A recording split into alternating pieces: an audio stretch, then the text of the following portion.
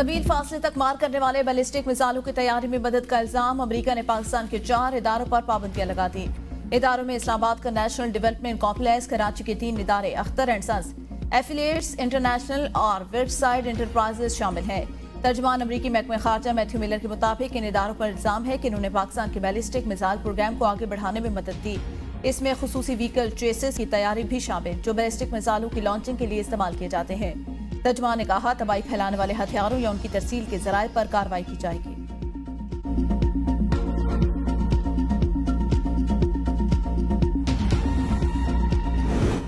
पाकिस्तान ने अमेरिका की जानिब से बैलिस्टिक मिसाइल प्रोग्राम में मदद देने के इल्जाम में 4 इदारों पर पाबंदी के इकदाम को मुतासिबाना करार दे दिया। तर्जमान दफ्तर खारजा ने कहा, पाकिस्तान की स्ट्रेटेजिक सलाहियतों का मकसद जनूबी एशिया में अमन इस्तेहकाम को बरकरार रखना है। इदारों पर पाबंदी आयद करने का अमरीकी फैसला मुतासिबाना है। इम्तियाजी तर्ज अमल इलाकाई और आलमी सलामती के लिए खतरा है। पाबंदियों का ताज़ा इकदाम अमन और सलामती के मकसद से इनहराफ करता है। पाबंदियों का मकसद फौजी अदम तवाजुन को बढ़ाना है। इस तरह की पॉलिसीज खित्ते और इससे बाहर के स्ट्रेटेजिक इस्तेहकाम के लिए खतरनाक मुज़मिरात रखती हैं। पाकिस्तान का स्ट्रेटेजिक प्रोग्राम एक मुकद्दस इमानत है। दफ्तर खारजा ने मजीद कहा कि पाकिस्तान का स्ट्रेटेजिक प्रोग्राम 24 करोड़ आवाम ने इसकी क़यादत को अता किया। इस एतमाद के तकद्दुस की सियासी मैदान में सबसे ज्यादा इज्जत की जाती है। रूस की हतमी मंजूरी तक लाहौर और इस्लामाबाद हाईकोर्ट में नए जजेस की तकर्रियों का अमल मुअख्खर। 21 दिसंबर को 32 रुकनी जुडिशियल कमीशन इजलास का एजेंडा जारी। कमीशन के सामने जजेस तकर्रियों के लिए मुजव्वजा रूल्स पेश किए जाएंगे। चीफ जस्टिस पाकिस्तान बतौर चेयरमैन जुडिशियल कमीशन इजलास की सदारत करेंगे। लाहौर हाईकोर्ट में जजेस की 25 खाली असामियों को पुर करने के लिए 50 नाम कमीशन को भिजवाए गए। सुप्रीम कोर्ट के सीनियर तरीन जज मंसूर अल शाह ने रूल्स बनाने के लिए खत लिखा था। जस्टिस जमाल मुदखिल की सरबराही में रूल्स कमेटी ने हाईकोर्ट में जजेस की तकर्रियों के लिए रूल तैयार करके मुसविदा 32 रुकनी जुडिशियल कमीशन को अरसान कर दिया था।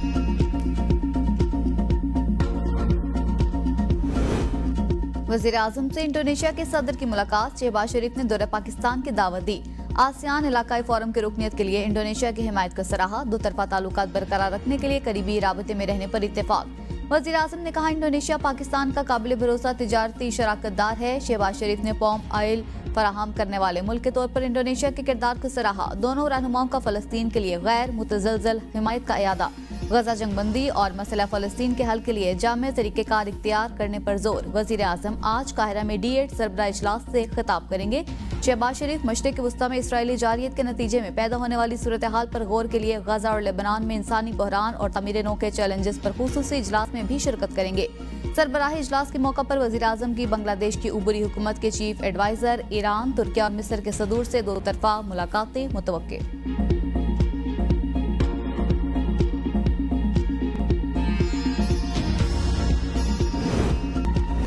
पाकिस्तान स्टॉक मार्केट के बाजार हिस्स में शदीद मंदी। 100 इंडेक्स 2577 पॉइंट्स कम हो गया। मार्केट में 1,11,000, 1,10,000 और 1,09,000 की 3 नफसियाती हद गिर गई। गुज़िश्ता रोज इंडेक्स 1,11,070 पॉइंट्स पर बंद हुआ था। यूनान का इश्ती हादसे में 40 पाकिस्तानी जाबाज। यूनानी कोस्ट गार्ड ने लापता अफराद को मुर्दा करार देकर रेस्क्यू ऑपरेशन खत्म कर दिया। कहा, खराब मौसम और सख्त सर्दी की वजह से अब मजीद किसी का बच जाना नामुमकिन। लीबिया से गैर कानूनी तौर पर इटली जाने वाले दर्जनों तारकीन वतन 14 दिसंबर को समुद्रों की लहरों की नजर हो गए। मरने वालों में 7 तारकीन वतन की लाशों को समुद्र से निकाल दिया गया, जिनमें से 5 की कौमियत पाकिस्तानी है। पाकिस्तानी सिफारतखाने ने मैयतों को वतन रवाना करके दफ्तरी कार्रवाई का आगाज कर दिया। जराये के मुताबिक लीबिया में अब भी कमोबेश 5000 पाकिस्तानी मौजूद। यूरोप जाने के ख्वाहिशमंद ये अफराद मुख्तलिफ पाकिस्तानी और लीबिया के एजेंटों के पास है। ये पाकिस्तानी कानूनी तौर पर पाकिस्तान से वीजा लेकर लीबिया पहुंचे हैं। तहरीक इंसाफ से मुज़ाकरात नवाज शरीफ की इजाजत से मशरूत होंगे। हुकूमत जो बात करेगी वो एस्टैब्लिशमेंट को ऑन बोर्ड रखकर करेगी। मुशीर वज़ीर आज़म राना सनाउल्लाह कहते हैं, मुज़ाकरात का आगाज इतवार तक हो सकता है। अगर PTI को सिविल नाफरमानी की तहरीक चलाने की जल्दी है तो अपना शौक पूरा कर ले। ओवरसीज पाकिस्तानी हुकूमत को नहीं, अपने प्यारों को पैसे भेजते हैं। PTI मामलात को समझने से आ रही सिविल नाफरमानी तहरीक नाकाम होगी। हुकूमत ने बानी PTI की रिहाई की पेशकश नहीं की थी। सियासी मामलात को डायलॉग के जरिए ही हल किया जाता है।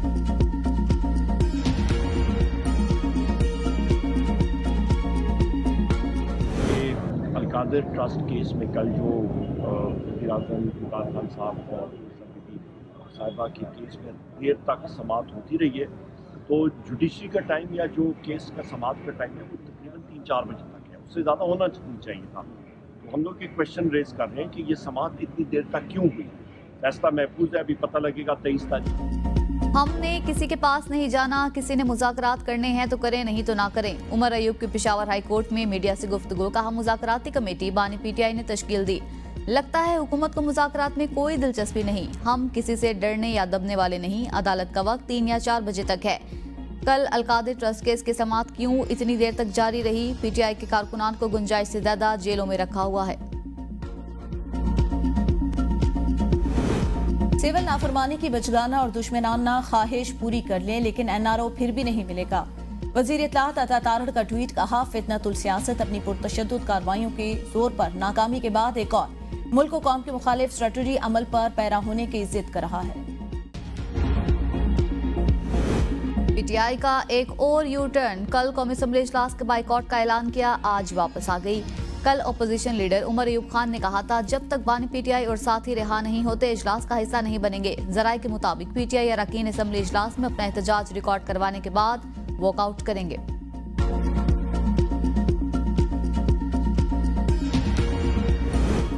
लाहौर हाईकोर्ट ने बानी पीटीआई को वीडियो लिंक के जरिए पेश करने का नोटिफिकेशन कलअदम करार दे दिया। फैसले में कहा गया कानून के मुताबिक इस मामले को काबीना के सामने पेश किया जाता। महकमा दाखिला ने काबीना की मंजूरी के बगैर वीडियो लिंक पर पेश करने का नोटिफिकेशन जारी किया। दहशतगर्दी कवानीन के तहत इनफरादी तौर पर इसका नोटिफिकेशन जारी नहीं किया जा सकता। एटीए के तहत जराइम इंतहाई खतरनाक होते हैं, मगर आइन मुल्जिमान की बुनियादी हुकूक की बात करता है। जिस्मानी रिमांड में मुल्जिमान को वीडियो लिंक पर पेश करने से बुनियादी हुकूक मुतासर हो सकते हैं। बानी पीटीआई ने लाहौर में 9 मई के 12 मुकदमात में जिस्मानी रिमांड के लिए वीडियो लिंक का नोटिफिकेशन चैलेंज किया था।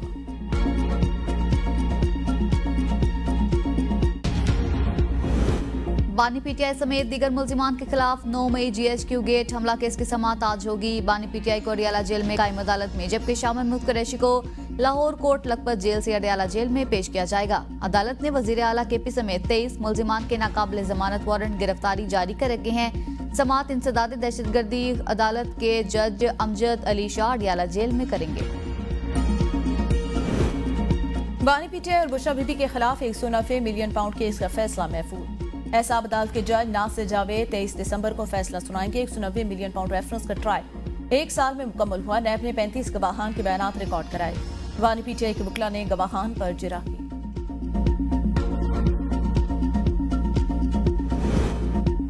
बानी पीटीआई का पैगाम है इतवार तक इनके मुतालिबात तस्लीम ना किए गए तो वो ओवरसीज पाकिस्तानियों को तरसिलाते ज़र पाकिस्तान भेजने की कॉल देंगे।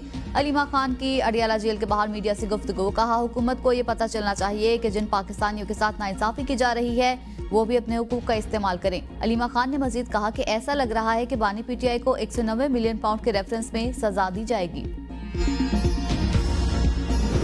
NA47 इस्लामाबाद से शोएब शाहीन की दरख्वास्त पर हुक्म इम्तना जारी। इस्लामाबाद हाई कोर्ट ने पीटीआई उम्मीदवार के इलेक्शन पिटीशन के हद तक इलेक्शन ट्रिब्यूनल को कार्रवाई से रोक दिया। इलेक्शन ट्रिब्यूनल को दीगर 2 हलकों से मुतालिक कार्रवाई आगे बढ़ाने की इजाजत ट्रिब्यूनल ने इस्लामाबाद के 3 हलकों से मुतालिक केस 24 दिसंबर के लिए मुकर्रर कर रखा है। NA47 से नून लीग के तारिक फजल चौधरी की कामयाबी को शोएब शाहीन ने चैलेंज किया। AIP प्रोग्राम के तहत दूसरे क्वार्टर के 8 अरब 46 करोड़ रुपए के तरक्याती फंड जल्द जारी किए जाएं। मुशीर खजाना खैबर पख्तूनख्वा मुजम्मिल असलम ने वजीर खजाना को खत लिख दिया। कहा विफाक ने रवा साल के लिए AIP के तहत ज़िम्मा के लिए 42 अरब रुपए के फंड्स मुख्तस किए। अब तक सिर्फ 15% फंड्स पहले क्वार्टर के जारी किए गए हैं। पॉलिसी के मुताबिक 20% फंड्स जारी किए जाएं। IMF की शरात पर मुख्तलिफ कारोबारी शोबों की सेल को दस्तावेजी शक्ल देने का फैसला। 107 कंपनियों को 31 दिसंबर तक FBR सिस्टम के साथ मुंसलिक होने की डेडलाइन भी दे दी। ज़राए FBR के मुताबिक 107 फास्ट मूविंग कंज्यूमर गुड्स को real time digital invoicing system से लिंक किया जाएगा। सेल्स टैक्स जनरल ऑर्डर के साथ मैन्युफैक्चरर्स की फहरिस्त भी तैयार। मैन्युफैक्चरिंग से सप्लाई एंड कंज्यूमर तक पूरी चेन को मॉनिटर किया जाएगा। फास्ट मूविंग कंज्यूमर गुड्स में खुराक, मशरूबात, दवाएं, घरेलू इस्तेमाल की अशिया और डिस्पोजेबल आइटम शामिल। मुल्क में लार्ज टैक्स पेयर यूनिट्स को कंपनियों का डाटा भी शेयर कर दिया गया।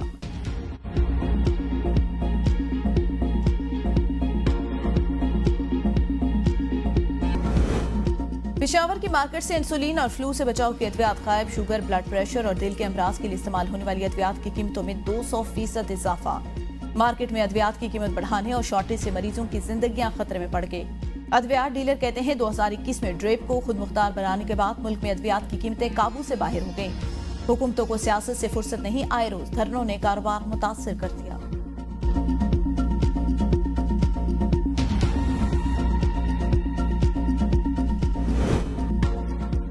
जाली बैंक अकाउंट्स केस में फरियाल तालपुर की हाजिरी से इस्तिस्ना की दरख्वास्त मंजूर। सदर जरदारी ने हाजिरी से इस्तिस्ना की समाअत न हो सकी।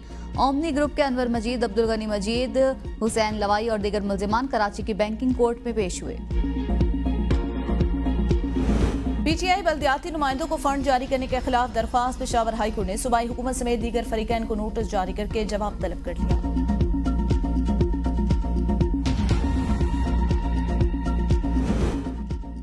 शाम में मैसूर पाकिस्तानी फैमिली की मुल्क वापसी की दरख्वास्त 15 जनवरी को समाअत के लिए मुकर्रर। सिंध हाई कोर्ट ने वजारत खारजा, डायरेक्टर पासपोर्ट इमिग्रेशन और शाम में कायम पाकिस्तानी सफारतखाने को नोटिस जारी कर दिए।